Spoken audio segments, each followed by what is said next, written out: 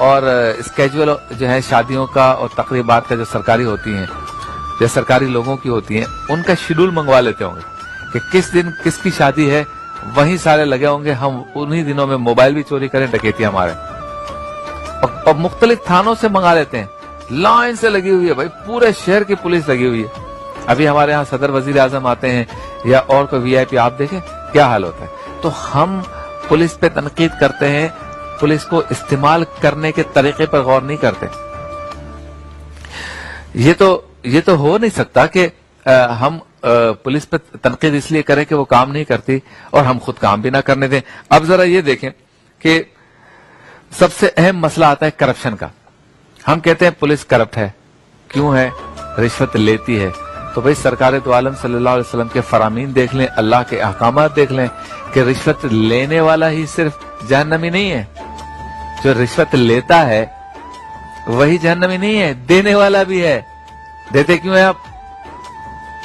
مسئلہ تو یہ ہے نا, ہم ہر چیز سارے قرآن و حدیث کے حوالے اس بندے کے لیے جو ہمارے سامنے والا ہے. ہمارے اوپر کوئی کچھ بھی لاگو نہیں ہوتا. سارے قوانین اس کے لیے ہیں جو ہمارے سامنے والا ہے, ہم پہ کچھ لاگو نہیں ہوتا. سارے کے سارے قوانین اس کے لیے ہیں, سارے کے سارے احادیث اس کے لیے ہیں, سارے کے سارے قرآنی آیات و فرامین بزرگان دین ان کے لیے ہیں. جو ہمارا مخالف, ہمارا مد مقابل ہے, ہم خود سب چیزوں سے بری ذمہ ہیں. ایسے نہیں ہو سکتا, ایسے نہیں ہو سکتا. رشوت لینے والا جہاں جہنمی جسے کہا گیا تو رشوت دینے والے کو بھی کہا گیا. آپ دیتے ہیں تو کوئی لیتا ہے نا. دیکھیں جب بھی ہم کہتے ہیں کہ بھئی فلاں چیز مارکیٹ میں بک رہی ہے تو کوئی لینے والا ہے تو بک رہی ہے. تو دونوں طرف کی چیزیں ہیں, اس کو ہمیں دیکھنا چاہیے.